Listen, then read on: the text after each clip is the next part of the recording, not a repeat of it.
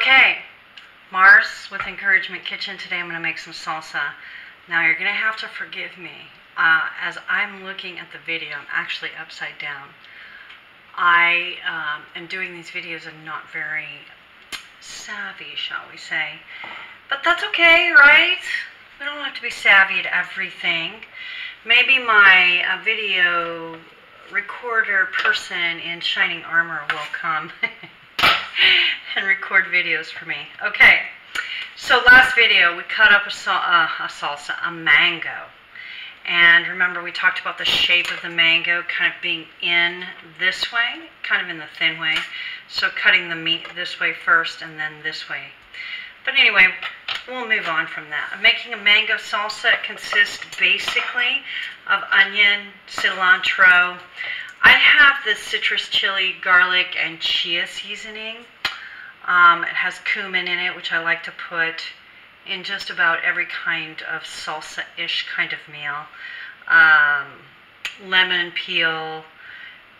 You know, you can put your own cumin, your own lemon, your own little bit of garlic, if that's what you like.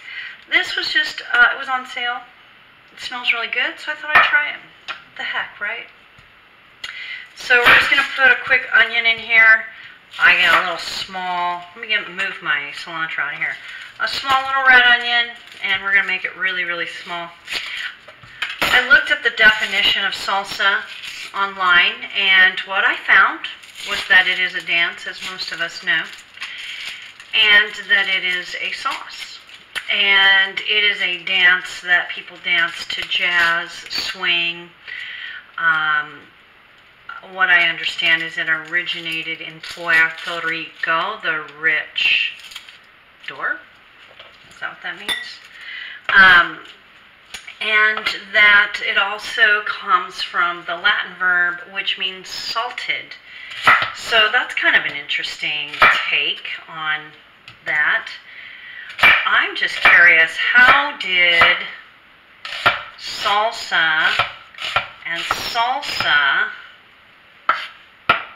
how did they not get their own names? Like, how did the name salsa get connected with the dance salsa? And what I thought was really cool was that they had salsa in Finnish, Czech, Hungarian, all kinds of European languages and Slavic languages. Isn't that cool? So it has definitely made it around the world. So, I don't know. I put one big mango in there. I like onion, so guess what? I'm going to put another onion in it. I'm taking it real thin with my knife, and I'm keeping my fingers out of the way. Just slicing it. When I get about to that point, so I don't slice my finger, I turn the onion over and I slice it a little bit again. Hey, it helps to have a really sharp knife. And then I just sort of line it up a little bit and then dice it again really, really thin. Ta-da! Uh-oh. My eyes are watering. My friend Monica says if you don't want your eyes to water while you're cutting an onion, you need to keep your mouth closed. Of course, talking is not really keeping your mouth closed, is it? Alright. Here is, you know what? I'm going to put a kiwi in it. Why? Because I can. I have a couple of organic kiwis. I want this salsa to be kind of sweet and oniony. So I'm using, oh, I forgot I have a jalapeno. So anyway, I'm taking that.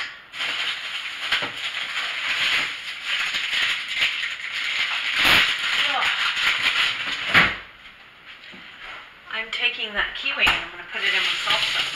Kiwis are really tart, especially if you leave the skin on. I know, who would have thought? I like to leave the skin on kiwis. Why? Because there's so much fiber in the skin. Again, I just cut it really thin. You don't want anyone getting a huge bite of just one thing in the salsa. You want them to get a variety of flavors, right, in the salsa. So you just go ahead. And, you know, if you don't like the skin on the kiwi, that's cool. Take it off. And in another video, I can show you how to do that. I like the skin, especially if it's a little bit hidden and stuff, because it really does provide a lot of fiber. And there we go. There's that.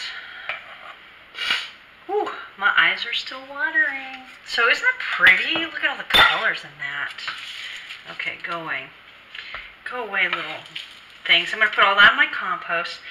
So I'm going to put a little bit of red pepper. This is how I cut a red pepper, and you've probably seen me do this. You know, the seed pod is right around here.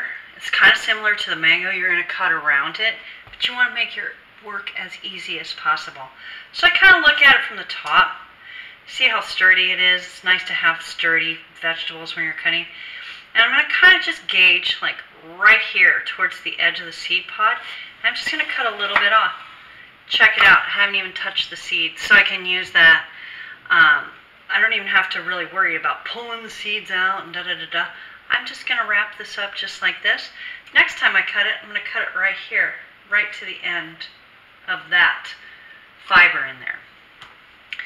I'm just going to cut this little bit of, do you call it pith, out of the middle. And again, I'm going to do the real thin slices. When you're cutting a pepper, you want to have a really sharp knife so that it doesn't bump across the surface of the pepper. And you want to kind of draw it across the surface.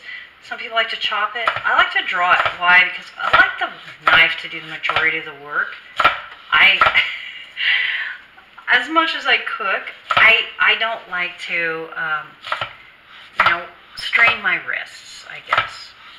So yeah, you just cut it, you sort of draw it across like that, right? Oops, this one didn't really cut, so I'm just going to do it again. It was on the bottom. And look, there's some beautiful, lovely red, yellow, green, purple. Look how pretty. You can do the same thing with your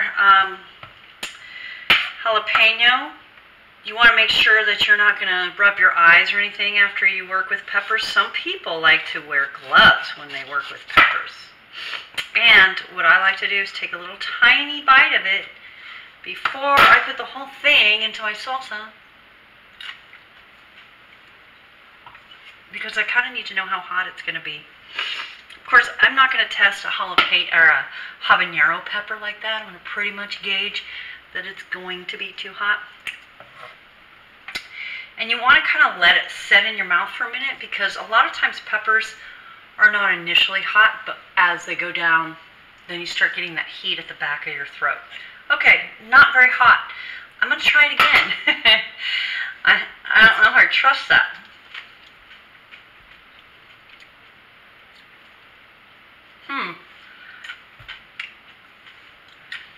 Bummer. This is one of the most flavorless jalapeno peppers I've ever had. Has very, very little heat at all, which is the reason why I put it into the salsa. But I'm going to put it in there anyway, and I'm grateful for this little pepper for being here. It's good exactly how it is. Maybe not what I wanted at the moment, but that's okay. This is going to be delicious salsa anyway, and I am not going to let my preconceived notion of what the jalapeno should be interfere with my salsa. Again, tiny, tiny. Hey, it's going to make a beautiful color. Look at that. Okay, what else do we do? Let's do our cilantro. Some people hate cilantro. They think it tastes like soap.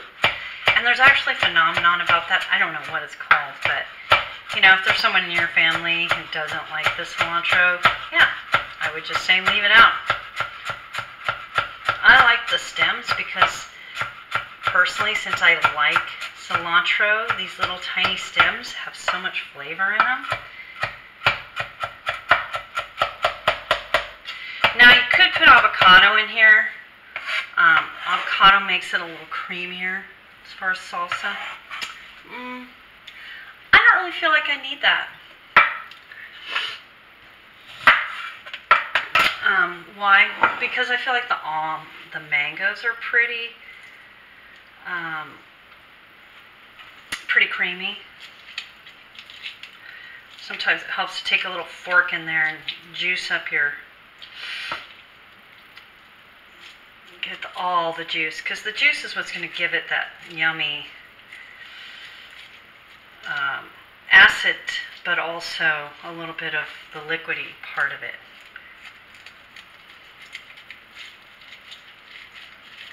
Just kind of get that fork in there and get all that juice out of there.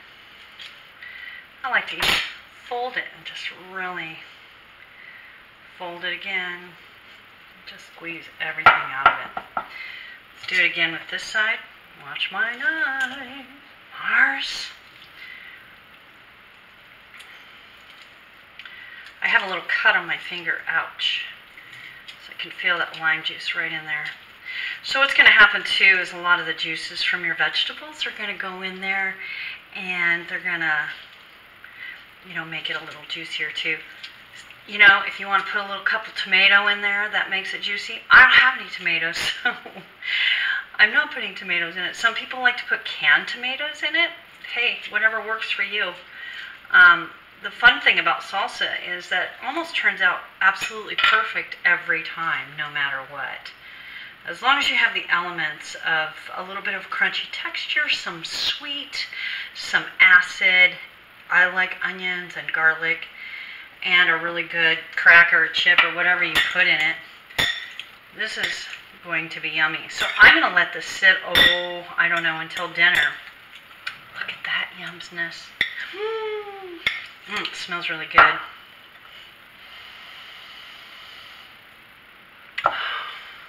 I'm smelling mostly the onions, and I don't know if that's a good thing, but that's what's happening. It's beautiful. I'm going to put just a tiny bit of this in here. It actually does have a little salt, which is going to draw some of the liquid out of the fruits, and so I'm just going to start small. I'm going to leave this in the fridge for a little minute, and then later it's going to have drawn some of those liquids out, and I can revisit spicing it up. You know what I'm saying? So there it is. 1 mango, 1 small onion, 1 little kiwi, maybe 4 or 5 stalks of cilantro. What else did I do? Maybe 1/4 of a red pepper, some not very spicy but still beautiful jalapeno, and 1 lime. You can always add 2 limes if you like it limier. So yeah, I would love to know what your salsa, what kinds of things you like to make salsa out of, and I hope, well, I'm going to taste a little piece of this right now. Before we leave, I am going to taste it. Oh, look. Okay, I want to get some of the mango.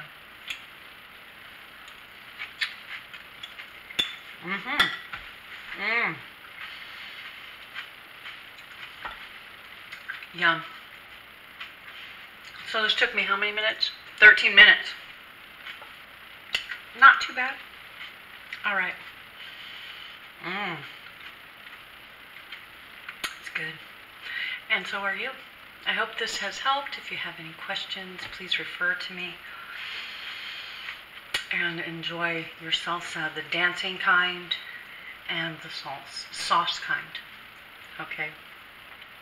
Sending you love and encouragement. Take care.